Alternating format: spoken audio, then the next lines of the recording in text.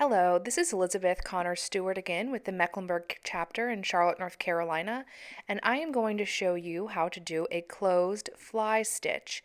This is a very popular filling stitch for embroidery, great on leaves, and we're going to use it on the star. Now, I've gone ahead and started my thread in the way that I've instructed in our first video on getting started. I'm going to begin with a back stitch up the center line of the star, starting inside the star and going out to the top. Then I'm going to come up on the left-hand side of my outline, come down on the right-hand side of my other outline, leave a loop, and come up with my thread in the middle. And then I'm going to couch down that little loop that I made. So this is a series of loops, and as you watch the way that I keep stitching this, you'll work loops together, coming up on the left, in on the right, leaving a loop. Watch my left hand hold that loop. I come up with my needle on the inside of the design line, on that straight line, pull the loop firm, and then couch down the thread with a very small stitch on the center line as well. That is one stitch.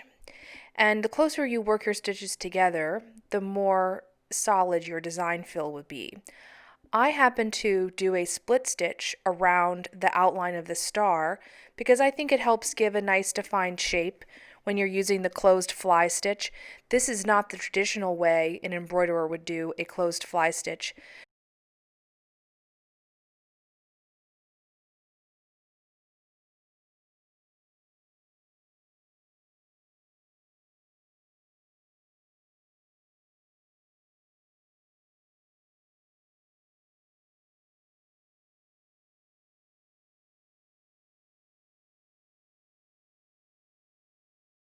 So I'm going to continue. There I am couching down my loop, and I'll come back up on the left hand side of my design line, angling my stitch away from the split stitch that I did earlier. I didn't show that on video, but there is going to be a video on split stitch that you can see in our YouTube section. So if you want to do a split stitch around your star, I suggest you watch the split stitch video that we have on our YouTube channel. But you're coming up on the left, in on the right, and then up through the center design line, pulling your loop firm and anchoring your thread, anchoring that loop with a very small stitch on the center line. So up on the left, down on the right, working my stitches very close together to have a nice solid fill. To speed it up a little bit, and you can just watch the stitch taking its shape. And the more densely you work your stitches, the more solid and more raised of a design and texture that your star will have. That's why I do like that split stitch around the edge, and I try to work my stitches as closely together as possible.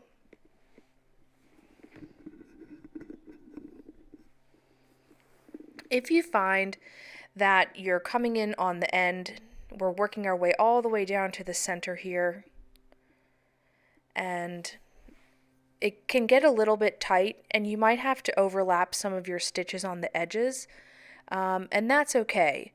You can also take just straight stitches to fill in areas if you don't want to do any more fly stitches.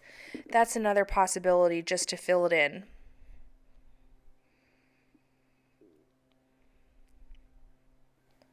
So I'm going to just make as many fly stitches as possible to come all the way in, and you'll see there's a very nice pointed shape towards the end. All of the rays of the star are coming towards the center with a nice point, and in another video I'll show you how to finish off the center with a French knot.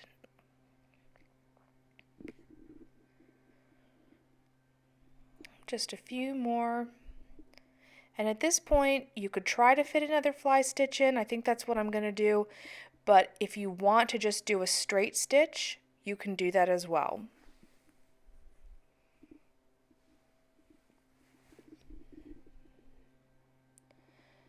Okay, so that is the closed fly stitch. It's great for filling in shapes where you want to have texture and a spine down the middle, like a leaf or like the star.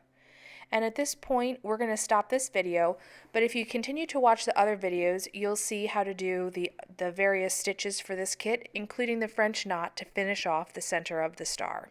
Thanks so much. Happy stitching.